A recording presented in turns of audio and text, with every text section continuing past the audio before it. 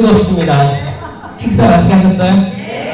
네, 또 지금은 텐션이 있는데 조금 있다가 또 주무실 분들은 주무시고 또 이제 배도 든든히 불렀겠다 살살 소리 넣을 수 있습니다.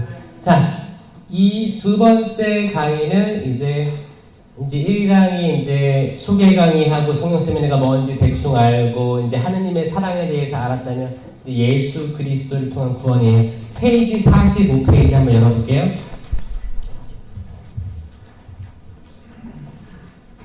45페이지 보면 제가 그 여러분들 책을 이번 기회에 또 한 번씩 또 읽어보시라고 같이 펴보는 거예요. 45페이지 성경 구절이 콜로새서 1장 13절에 있습니다. 한번 같이 읽어볼게요.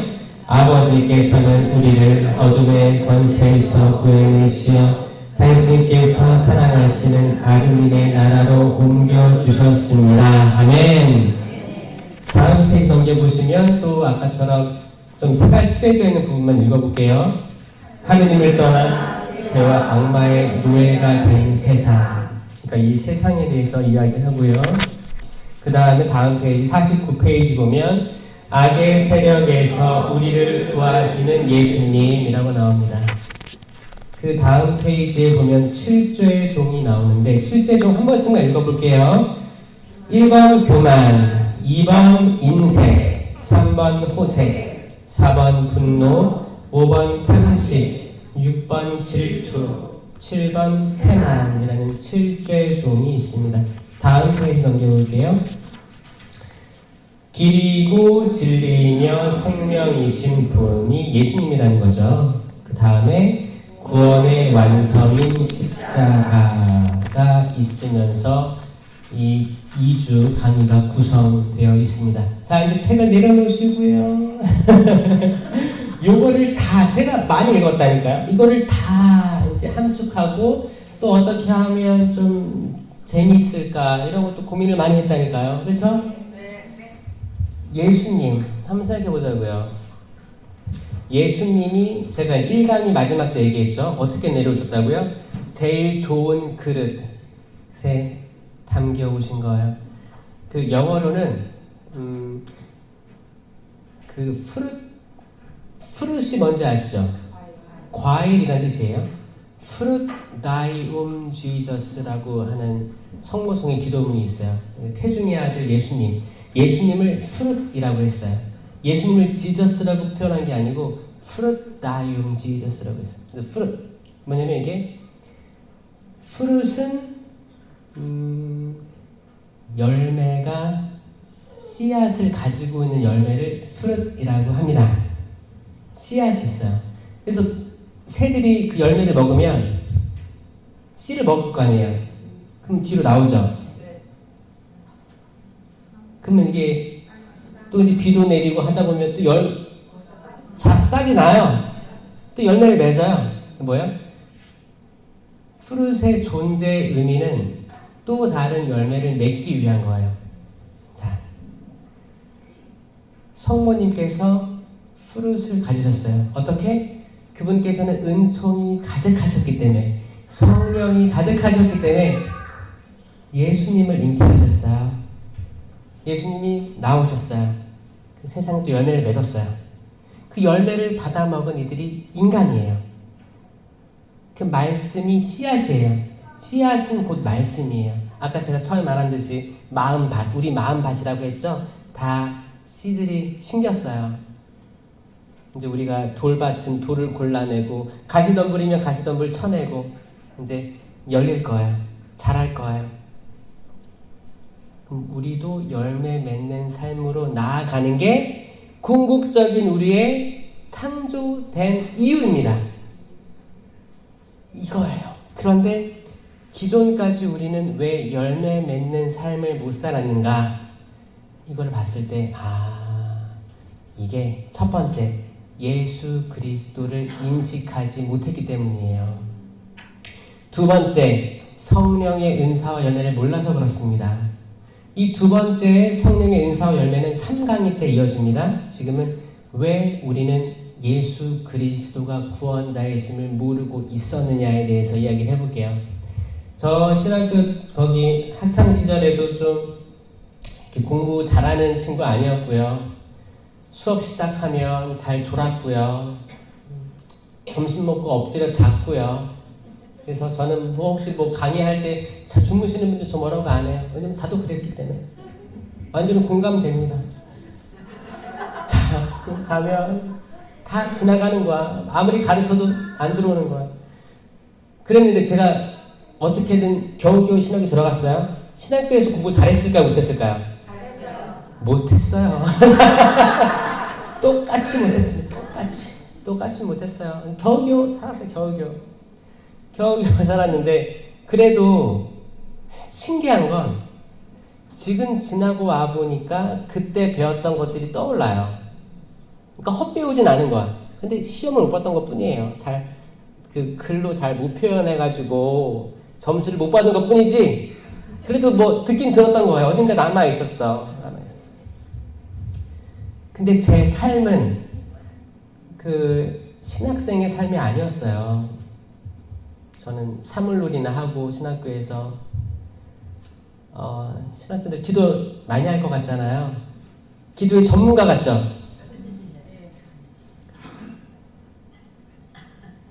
저는 기도를 다 솔직한 거예요. 저는 솔직해요. 저를 포장하고 싶지 않습니다. 왜냐면은 전 주님 앞에 다 드러나 있기 때문에 주님께서 다 아시는데 제가 포장해봤자 뭐 합니까? 저는 예를 들어서 정말 인천 신학교 거기 한가운데 대성당이 엄청 커요. 그 문이 항상 열려 있단 말이에요. 거기를 수백 번 지나다녀요. 왜냐면 그 학사동이라고 해서 공부하는 교실이 따로 있어요. 바깥에. 그럼 거기 이제 기숙사에서부터 거기 계속 왔다 갔다 하는 거지. 가방도 맨날 다니면서 수업 듣기 전에 성체조배를 잠깐 하고 수업을 들어갈까요? 그냥 들어갈까요? 저는 그냥 들어갔어요. 전 돌이켜봤을 때 그러니까 제가 성령 체험하기 전에는 제 삶은 그냥 지나다녔어요.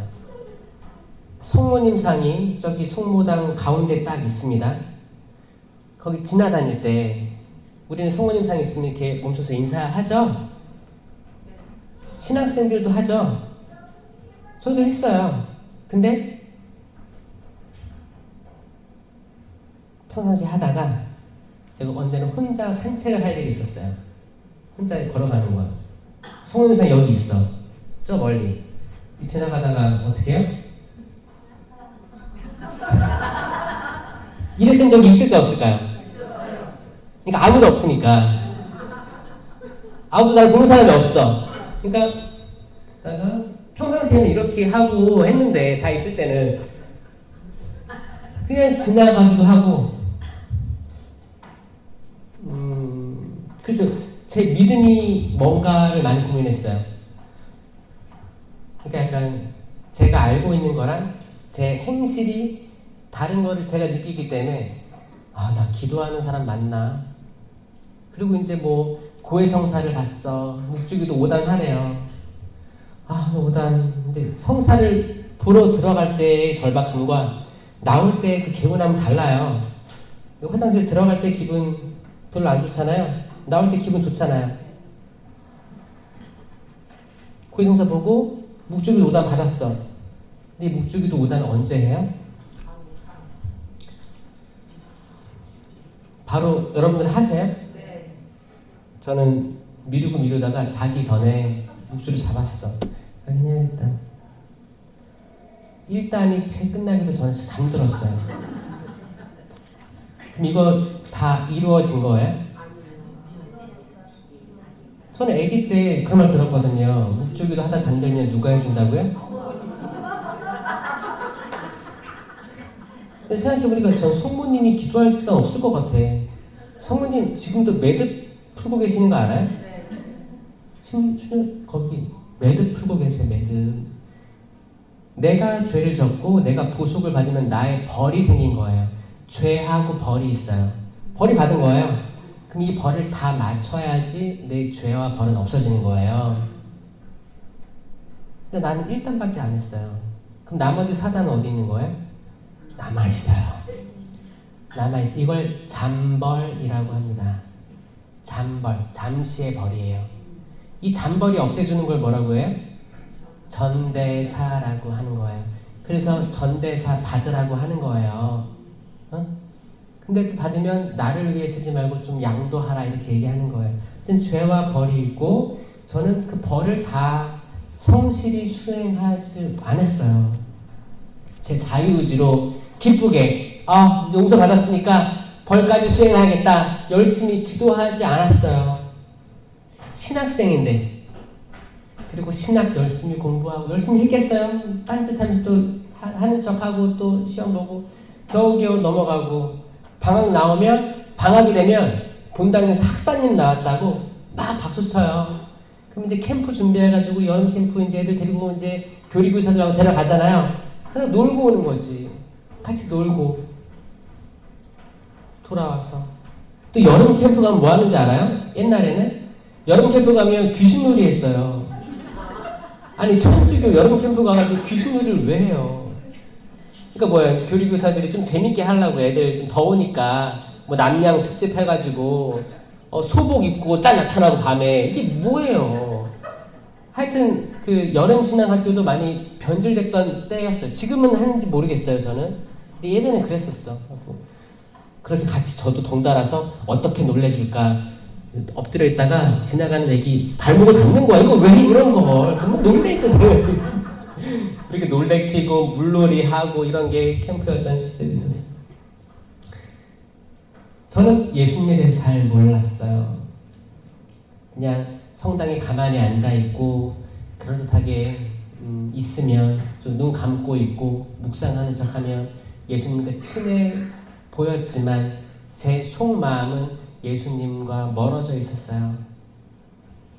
성체를 모시잖아요. 성체를 모셔도 무슨 맛이에요 성체가? 아무 맛도 안 나죠? 그 성체를 모시면 그냥 약간 뭐지? 무슨 느낌이지? 그냥 뭐 했다 오늘 할 거 했다 오늘 미사 참석했다 미사 영성체 1회 했다 이런 느낌이었지 그 성체를 내가 모심으로써 내가 그리스도와 일치된다는 경험을 별로 못했어요. 그래서 뭘까라는 궁금증은 많았습니다. 왜 수녀님들이 쭉 앉아가지고 성체 현시된 성광을 보면서 때론 큰 절도 올리고 무릎도 꿇어서 기도도 하고 이런 모습들이 저게 진심일까? 아니면 기도하는 척 하는 걸까? 되게 저는 의심이 많았어요. 뭔지 몰랐어요. 왜 그랬냐면 사실 제가 저 어렸을 때부터 복사도 많이 했습니다. 복사도 하고 지금 거리에서 이 제대를 바라보고 신부님이 되면 이런 것도 할 수 있고 약간 아기자기 하잖아요. 성작도 옮겨놓고 뭐하고 이렇게 소꿉놀이 하는 것 같은 느낌이 있어요. 저는 복사만 할 때 재밌겠다 이런 게 그리고 옷도 이렇게 차려입고 그런 거 있었는데 이제 나중에 제가 그 성소를 받은 걸 가만히 생각해 보면 저는 좋은 마음에서 신부님이 되고 싶은 마음이 생긴 게 아니었어요. 그냥 저희 아버지는 성령세신 봉사에 오래 하셨습니다. 그래서 말씀 강사하기도 하셨고 회장도 많이 하셨어요. 저는 그때 이제 고등학교 1학년이었어요. 네, 그때 한번 아버지가 굉장히 이제 다부주시고 좀 강한 면이 있으시고 저 아버지는 최고인 줄 알았어요. 아버지 정말 짱 힘도 세시고 막 그랬어요. 근데 그분이 이렇게 낙엽 떨어진 것처럼 누워 계신 거예요. 집에 식사도 다 고기도 다 끊으시고 그래가지고 링게리를 맡고 있는 거예요 거기에. 그래서 학교 갔다 왔는데 이게 무슨 일인가 봤더니 아버지가 성당에서 봉사하다가 본당 신부님으로부터 공개적으로 모욕적인 말을 들으시고 이렇게 힘든 시간이었더라고요. 근데 그때가 그때였거든요. 가톨릭에서 이제 성령의 세미나 치유 막 이런 거에 좀 치중되어 있는 것 같아가지고 좀 이렇게 잡을 때였거든요. 90년대 그때 90년대 말 그때. 근데 저는 그걸 보고 어떤 생각이 들었는지 알아요? 저는 성령의 은사 그런 거 필요 없었어요. 왜 아버지가 그렇게 봉사를 많이 했는데 왜 그런 모욕을 당하고 집에서 이러고 있는 게 전 이해가 안 됐던 거예요. 고등학교 때는 아무도 못 이기죠. 고등학생은 무섭죠. 고등학생. 제가 복수하기로 마음을 먹습니다. 어차피 저는 복사단이었기 때문에 근처에 있으니까 마치 내가 멀어도 된 것처럼, 그렇죠? 근데 잘 생각해보니까 급이 안 맞는 거야. 복사하고 신부님하고 싸우면 안 되잖아요. 아, 내 신부님 돼야겠다. 그래서 대등한 상태에서 싸워야겠다. 이 생각을 처음 그 생각을 한 거예요. 아버지 이렇게 누워있는 모습 보고. 그러니까 이게 신부님이 돼서 세상 사람들을 안아주고 품어주고 용서를 가르쳐주고 그런 성소를 받은 게 아니라 뭐예요? 동급이 돼서 복수해야겠다 이 생각으로 약간 됐기 때문에 제가 신학 때에서 공부를 잘했겠어요? 별로 내가 하고 정확한 목적을 가지고 들어온 게 아니었기 때문에 그냥 그렇게 살아갔던 것 같아요. 그랬다가 저를 정말 제 정신을 확 바꿔놨던 게 성령 세미나가 있었거든요. 기적적으로 신학교에서 성령 세미나가 시작됐습니다. 그때 제가 이제 고등학교가 아니고 대학원 1학년 대학원 1학년 때 성령 세미나가 있었고, 전 그때 싹 바뀌었어요. 체험한 거예요. 체험을 했는데 가장 중요한 체험이 뭐였냐? 이 성체가 살아있는 예수님의 몸과 피, 영혼과 신성임을 깨달았어요. 그래서 그 세미나 중간에 똑같이 이런 교육이 있었고, 교육도 저도 뭐 졸고 그랬어요. 졸고 무슨 말이야 손들면 손들고 박수도 치고 율동도 하고 그랬습니다. 이렇게 한 다음에 이제 고해성사를 총고해를 보고 뭐 눈물도 흘리고 그러고 있다가 안수를 받았는데, 안수 받고 전 쓰러졌어요. 쓰러져서 딱 블랙아웃이죠. 딱 그 순간 기억이 없는 거예요. 순간 기억이 없고 번쩍 그랬어요. 번쩍 빛을 봤어요. 그 빛을 저는 처음 느껴본 천지창조의 그 빛이었어요. 그건. 그러면서 제가 지나왔던 모든 시간들이 추르륵 지나갔어요. 그 순식간에 그 모든 장면들이 막 스쳐 지나가면서 제 삶을 이해할 수 있게 됐어요. 이해할 수 있게 됐고, 눈을 떠보니까 심령기도 중이었고, 이제 이상한 기도가 나오고 있었고, 저는 이제 뭐 눈물 범벅, 콧물 범벅 그러고 있었는데, 저는 완전히 무너진 거죠. 보세요. 제 주변에 다 신학생들, 정규생이 다 있는데, 제가 막 눈물, 콧물 이렇게 흘리고 있는 거 보면 이렇게 부끄러워요? 안 부끄러워요?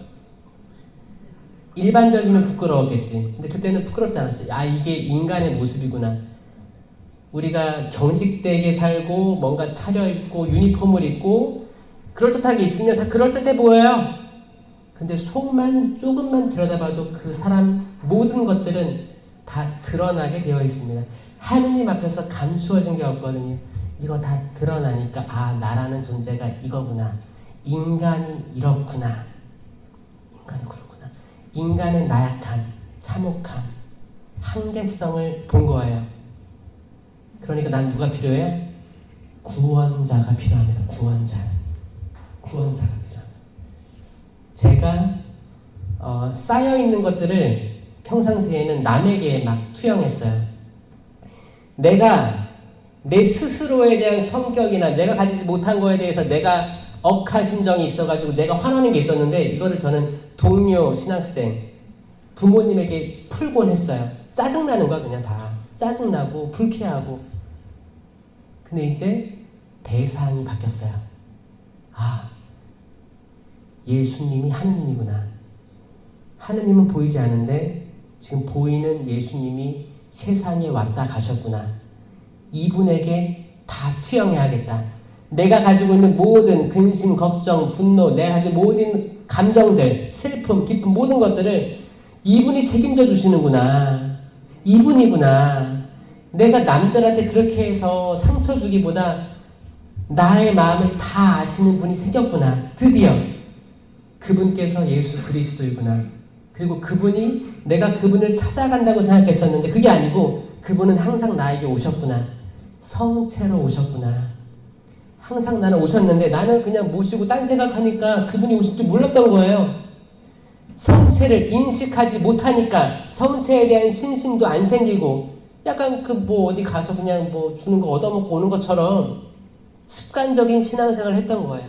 신학생임에도 불구하고 신학생이 그런데 하물며 일반 신자분들 어떻겠습니까? 전 그 생각을 했어요. 아 그렇다면 이거는 분명히 많다. 분명히 많을 수밖에 없는 상황이다. 엠마오의 제자들이 가다가 언제 눈이 열렸어요? 빵을 쪼갤 때 그들의 눈이 열려 그분을 알아보았다 그랬어요. 빵을 쪼갤 때. 그때부터 저는 미사 때마다 신부님이 빵을 쪼갤 때를 집중합니다.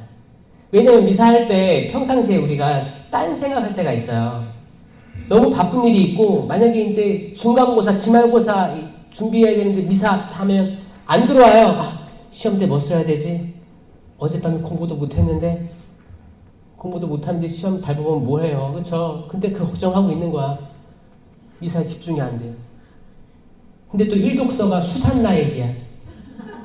수산나 1독서 엄청 깁니다. 그거 대림식이 때 나오는 대림식이. 아 지금 몇 시 안 끝나.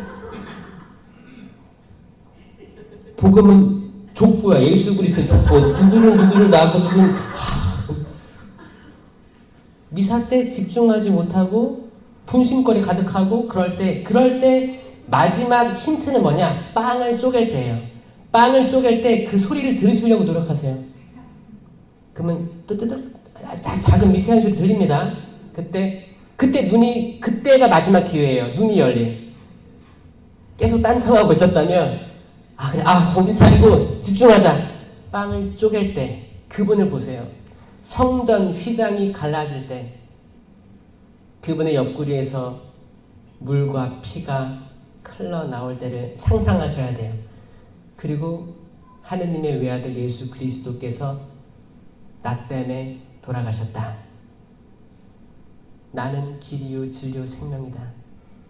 누구든지 나를 먹는 이는 나는 생명의 빵이다. 나를 먹어야 영원한 생명을 얻는다.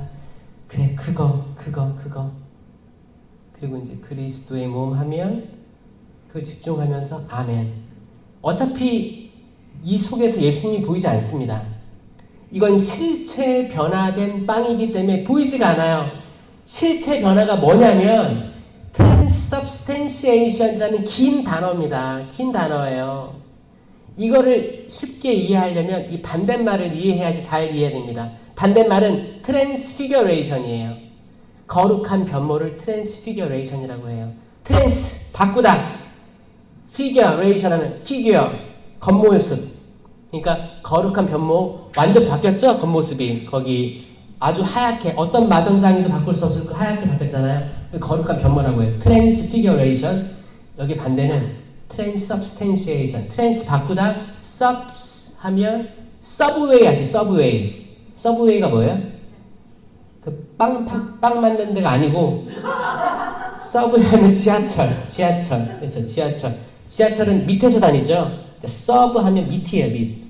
기저에 깔려있는. substantiation 하면 아주 바닥에 깔려있는 실체라는 거예요. 실체. 눈에 보이지 않는 아주 밑에 어느 기저에 있는 아주 밑에 있는 그 숨겨진 그게 바뀐다라는 게 실체 변화예요. 그러니까 겉모습은 똑같아요. 성체, 제병의 맛과 향과 색깔 보이는 게 다 똑같아요. 근데 그 안에가 완전 바뀐 거예요. 이거를 신학적으로 배운 걸 이해하게 되고 깨닫게 됐어요. 눈에 보이는 건 똑같은데 이 안에 정말 살아계신 예수 그리스도의 몸과 피, 영혼과 심성이 존재하시고 내가 이분께 간다고 생각했는데 이분이 항상 나에게 오시는 분이구나. 아멘 하고 모셨어요. 모시니까 내가 충만해지는 거예요. 충만해지고 이분이 어떤 분이냐? 나는 길이요 진리요 생명이다. 이 말처럼 생명 그 자체구나를 깨달았습니다.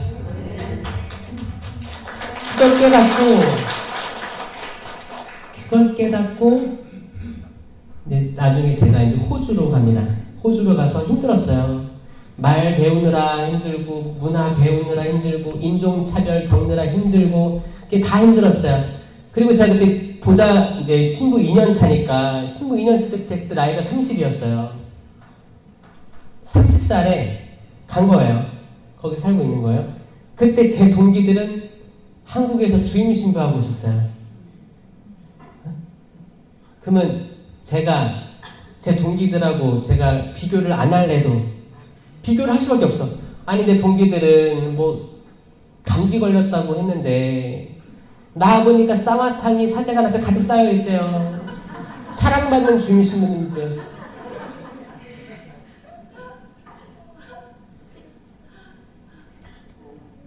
근데 나는 여기서 보좌신부, 해외에서 보좌신부 하는데 영어 발음이 그게 뭐냐 맨날 지적질 당하고 막 하니까 이제 제가 이제 뭐 말은 해야 마시고 고기는 뭐 해야 씹어야 마시잖아요. 호주에 고기 맛있거든요. 고기 맛있어요. 근데 고기를 씹어도 맛이 안 나는 거예요. 말을 못하니까 아무것도 행복하지가 않은 거예요. 자, 여러분들 갓난아기들 있죠? 제가 어린이집도 하고 있어요. 저는 이주민, 비자가 없는 부모님들 자녀는 무국적자예요. 어디에 등록이 안 되어 있습니다. 이 아이들 케어하고 있는데 그래서 0세부터 4세까지 그럼 애들 잘하는 걸 제가 보잖아요. 2살, 3살 조금 애들이 말 좀 느려요. 한국 애들보다 조금 느려요. 왜냐면 다양한 언어를 집에서는 그 나라 말 듣지 밖에 나와서 한국말 듣지 그러니까 이제 조금 느리지만 나중에는 더 빠르게 성장합니다. 말 배울 때 있죠? 말 배우기, 말이 나오려고 할 때 애들 짜증내는 거 아세요? 막 옹알이 하면서 이제 애들끼리 모여있잖아요. 어른한테 뭐를 내가 표현하고 싶은데 말이 안 나오잖아. 그냥 만 나오는 거야. 내가 뭔가를 내가 지금 싫고 밥 달라고 하든지 화장실 가고 싶다고 하든지 뭘 말을 해야 되는데 이거 표현이 안 되니까 짜증나는 거예요. 자기 짜증을 애들한테 막 쏟아요. 그런 모습들을 보면서 아, 이 말 못한다는 게 내가 하고 싶은 말 표현 못한다는 게 얼마나 짜증나는 일인가를 제가 이제 나이가 들어서 체험을 한 거예요. 짜증나는 거예요, 이게. 그 어떻게 해요? 내가 이제 호주 사람하고 언쟁을 할 때가 있잖아요. 내 의도는 이게 아니었어. 근데 이 사람이 이렇게 오해를 했어. 그럼 이걸 이해를 시켜야 될 거 아니에요? 근데 말이 안 나오잖아. 그러면은 I'm sorry 하고 집에 가는 거야. 그러면 집에 가서 샤워하고 잠자리에 누우면 내가 그때 했었어야 될 말들이 촤르르 나와요. 그때 이걸 말해야 되는데 말 못하고 있다가 나중에 나오는 거야. 그러면 눈물이 팅 올라와. 내가 이 말 했었어야 되는데 억울한 거야. 속상한 거야. 이 말에 대한 묵상을 저는 호주에서 내내 했습니다. 영어도 못하고 갔잖아요. 영어가 수, 우, 미, 양가 중에 뭐였다고요? 가는 아니었어요. 양이었어, 양. 저게 양이었어, 양. 가 맞기도 힘들걸요. 양, 저 양 했어요. 그리고 이제 호주로 갔으니까 여기 못했죠. 근데 거기에서 돌아올 때 전 뭐가 졌는지 알아요? 통역 가지고 왔습니다. 통역. 그러니까 하느님이 살아계세요? 안 살아계세요? 살아계시는 거예요. 제가 증인이에요.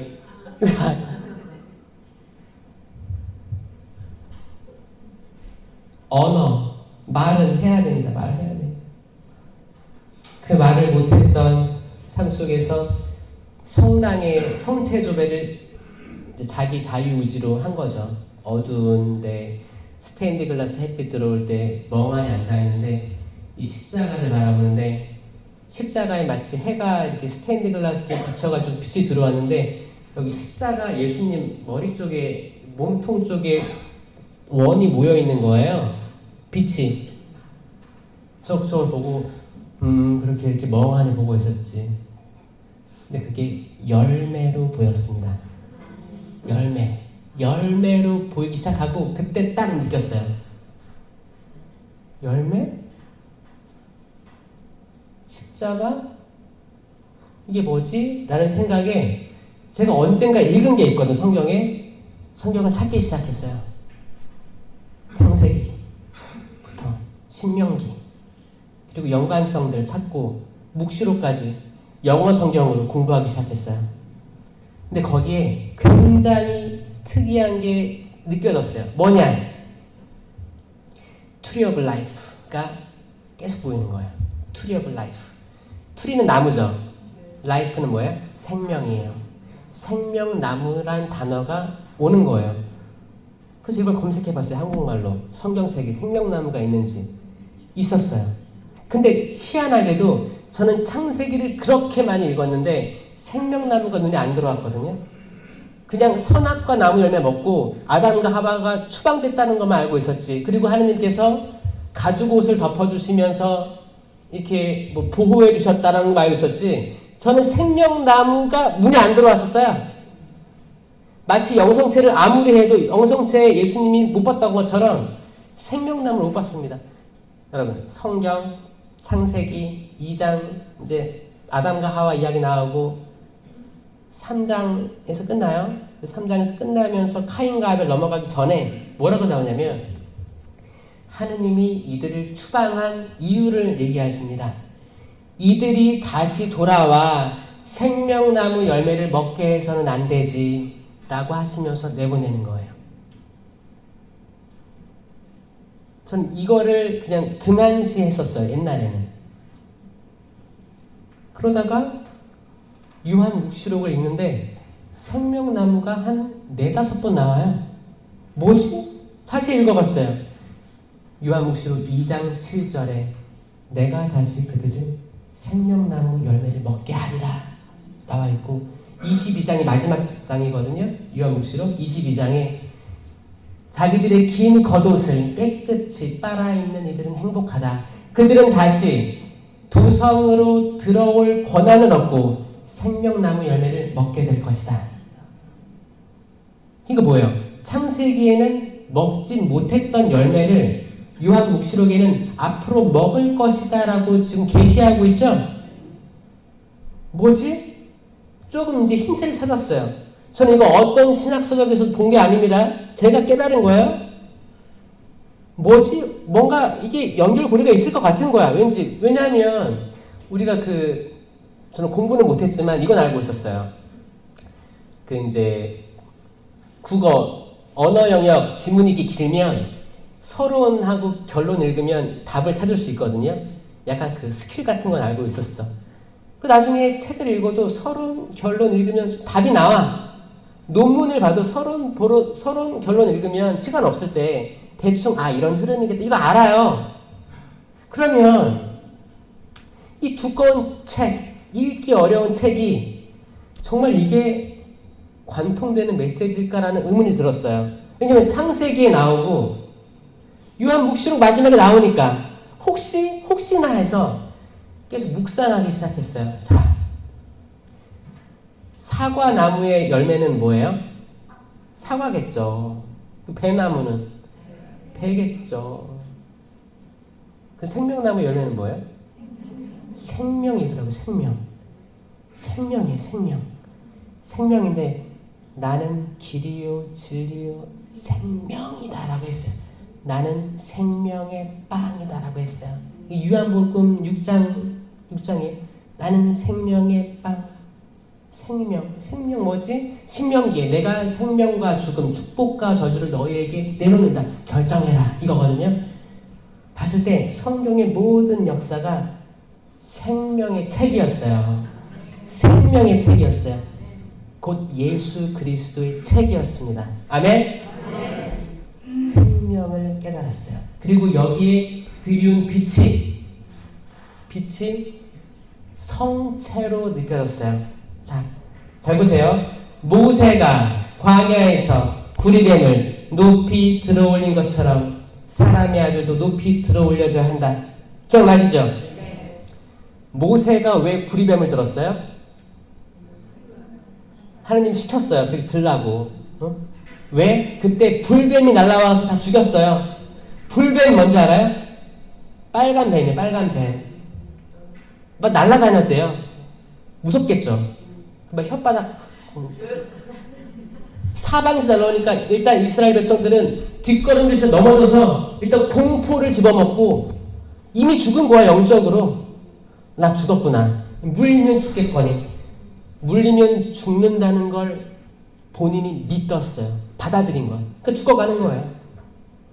그때 모세가 구리로 된 뱀을 올립니다. 구리는 그때 그 장소가 구리가 많이 나는 지역이었대요. 그럼 구리를 갑자기 들었겠어요? 구리로 뱀을 만들었다는 건 구리를 녹여서 어떤 과정을 거쳐서 만들어서 줌을 걸여가지고 돌린 거 아니에요? 시간이 걸렸어요. 뜨거웠을 거예요. 모세 그거 올렸어요. 근데 이 구리 뱀에는 생명이 있어요? 없어요?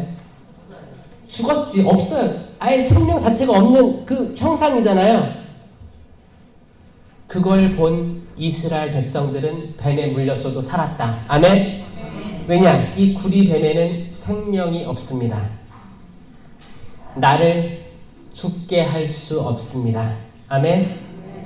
여러분들이 겪는 악한 세력들이 있을 거예요. 거기에 생명이 없음을 믿으면 나는 살 거예요. 때론 우리는 미리 지레 겁먹어요. 다가오지 않은 미래, 내 이웃사촌, 어떤 관계든 내가 죽음을 믿으면 내가 죽는 거고, 내가 이 악이 생명이 없고 이게 나를 해할 수 없음을 믿으면 난 살 거예요. 아멘? 이게 신약에 와서 예수님이 들어 올려주십니다. 보이지 않았던 나무가 보입니다. 옛날에는 나무라는 단어하고 십자가라는 단어가 동의어였어요. 같은 말이었어요. 아, 저 사람 십자가에 달려있네. 이 말하고 나무에 달려 계시네. 같은 말이었어요. 그러면 생명나무를 다른 말로 하면 생명십자가가 됩니다. 십자가에 열매가 맺힌 게 생명나무에 생명이 달린 시점이 십자가예요. 그 열매가 성체 성사를 통해 우리가 먹을 수 있어요. 아멘? 아멘. 여러분들이 모시는 영성체가 그냥 밀떡이 아니고 그냥 성당 왔으니까 주는 이게 아니고 보이지 않았던 그분이 첫 인류가 에덴에서 있었는데 보지 못했고 관심 없었던 그 생명나무 열매를 지금은 오픈된 거예요. 첫 인류 아담과 하와는 선악과 나무 열매만 집중했어요. 화려했습니까? 나무 자체도 화려했고 열매도 화려했어요. 에덴 동산에 있던 생명나무 이미 있었는데 초라했을 거예요. 눈에 안 들어왔을 거예요. 지금도 여전히 눈에 안 들어오는 사람들이 많습니다. 저는 이 세미나를 통해서 여러분들이 예수 그리스도가 과거에 그때 왔던 인물로 끝나는 게 아니고 지금은 성체 성사로 현존하시는 분임을 믿으셨으면 좋겠어요. 그분이 어디 계세요? 감실에 항상 계시는 거예요. 항상. 그러니까 우리가 성당에 들어올 때 처음으로 우리가 인사해야 될 곳이 어디예요? 감실입니다. 근데 미사가 시작되면 제대가 중심이고 미사가 거행되고 있지 않으면 감실이 중심인 거예요. 감실은 항상 실체 변화된 예수 그리스도가 모셔져 있는 곳이에요. 그럼 우리의 시야는 바뀔 거예요. 자, 다음 중 우리가 큰 이렇게 절을 깊이 올려야 될 대상은 1번 성당 마당에 있는 성모님상, 2번 요셉상, 3번 제대, 4번 감실. 미사 전에는 감실, 미사가 진행될 때는 제대. 자, 아셨죠? 때론 개신교 분들이 그러잖아요. 천주교는 성모님을 믿는 종교야. 내가 보니까 자매님들이 성당 마당에서 성모님 상에 90도로 절하 하더라고요. 절. 그 고개를 안 든대. 절하고 있는 거야. 잠깐만 절하셔도 괜찮아요. 그냥 마음만 표현하고 들어가서 감실로 가셔야 돼요. 감실. 이게 성체 신심이에요. 예수 그리스도께 대한 신심은 성체 신심으로 나타나야 됩니다. 이게 아니면 우리 중심이 없어집니다. 중심이 없어져요. 성지순례 성지순례를 가면 그렇죠. 열심히 성당들 찾아다니고 어떻게 해요? 감실 앞에 가서 기도하면 이게 최고예요. 근데 어떻게? 선물방에 가서 거기만 바글바글한 거야. 제대 거기 앞에 의자는 텅텅 비었어. 사진 찍고 있고 뭐 구경하고 있고. 선물방. 아마 예수님이 다시 오셔도 선물방은 아마 뒤집어 볼 수도 있어요.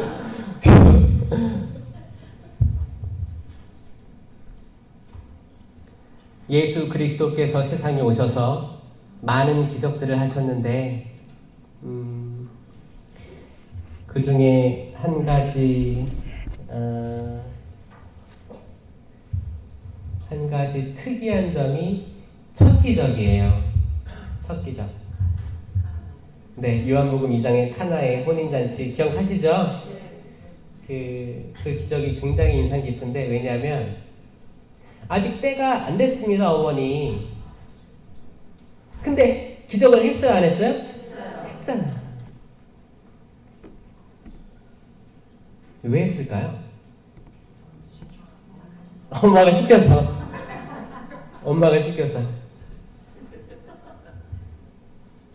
그래서 그렇게 어머니에 대한 힘이 있는 것 같아요. 그렇죠? 엄마가 시키면 다들 하시죠? 예수님도 완전한 하느님이지만 완전한 사람이셨거든요. 그 완전한 인성으로 어머니 말을 거절할 수 없었던 거예요. 우리 사람 살아가는 순리 같아요. 잘 보세요. 그때 두세 동이들이 돌 항아리가 몇 개 있었어요? 6개 있었습니다. 6이라는 숫자는 좋은 숫자일까요? 나쁜 숫자일까요? 성경에서 좋은 숫자들이 있어요. 1은 좋은 숫자예요. 왜냐하면 유일신 하느님. 또 2는 좋은 숫자일까요? 언급이 안 되죠. 아예 3이 있죠. 3이 어디서 나와요? 삼위일체도 있고, 네, 3일 만에 부활도 하시고, 그쵸. 요나도 고래 뱃속에 3일 동안 있었고. 자, 그러면은 사자는 좋아요? 딱 보기에도 안 좋아 보여요? 그 다음이 7이죠. 7이 좋은 숫자죠. 왜요? 그 창조가 7일 만에 이루어졌고, 또 칠성사도 있고, 그쵸? 칠성사. 또 뭐가 있을까요? 7, 그 정도. 아니면 뭐 그랬잖아요. 요셉이 꿈을 해몽할 때 7년 풍년이 될 겁니다. 7년. 이때가 준비해야 될 시기입니다. 곡식을 모아놔야 7년 흉년 될 때 막을 수 있습니다. 7은 완전한 숫자였어요. 그 다음에 이제 뭐 10이 있을 수도 있고, 그 다음에 12가 있을 수 있고, 그렇죠? 그런 게 있죠. 좀 있죠. 6개는 7에서 하나가 빠진 숫자잖아요. 그러니까 불완전한 숫자예요. 응? 그럼 제가 아까 마리아가 뭐라고 했어요, 영어로? 다른 표현으로 뭐라고 했어요? 베슬. 기억나세요? 베슬? 배, 그릇, 접시. 기억나세요? 7번째 동항아리가 마리아라면, 자, 불완전한 준비에서 마리아가 있음으로 해서 완전한 그릇들이 된 거예요. 그러니까 마리아를 항상 그릇으로 이해하시면 많은 것들이, 의문들이 풀리기 시작합니다. 이걸 잘 표현한 게 제주도에 세미 은총의 동산이라는 데가 있어요. 거기 이제 그 약간 실사화해서 표현한 작품들이 있거든요. 거기 돌 항아리가 이렇게 6개 있고 마리아가 옆에 딱 있습니다. 아마 이걸 아는 작가가 만든 걸 거예요. 그러니까 거기는 기적이 이루어질 수밖에 없습니다. 아멘. 성모님이 계시면 이루어질 수밖에 없어요. 자, 여러분, 우리 삶이 때론 술이 떨어진 상황일 수도 있어요. 술이 좀 있어야 즐겁죠? 여기 지역 술은 뭐예요? 막걸리 유명해요? 소주? 맥주? 여기 주종이 뭐예요, 여러분들은? 다? 없어서 못 먹어요? 술은 바오로 사도도 건강을 위해서 좀 포도주 드십시오 했어요. 그리고 예수님 첫 기적이 물을 술로 만든 기적이었어요. 술이 완전 나쁜 건 아닙니다. 적당한 건 좋은 거예요. 근데 이게 술독에 빠져 있으면 안 좋은 거죠. 여기 그런 분들 안 계시죠? 멋쩍게 웃으면 오늘 한 잔 해야겠다 이런.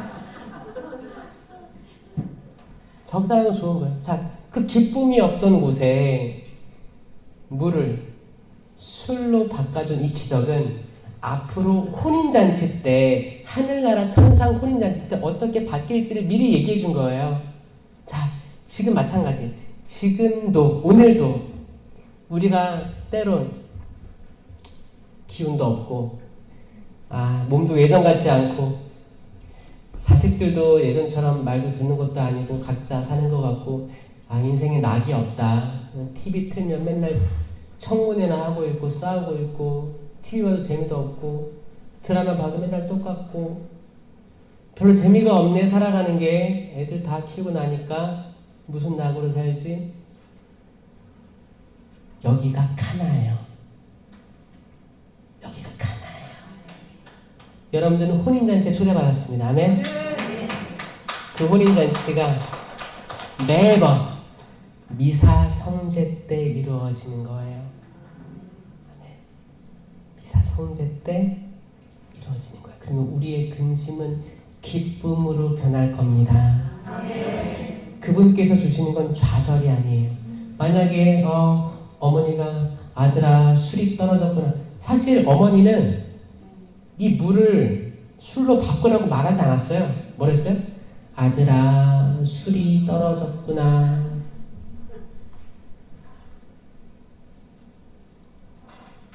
여기서 배울 수 있는 지혜는 뭐예요? 여러분들 자녀들에게 얘기하실 때 뭐 사달라고 하지 마세요.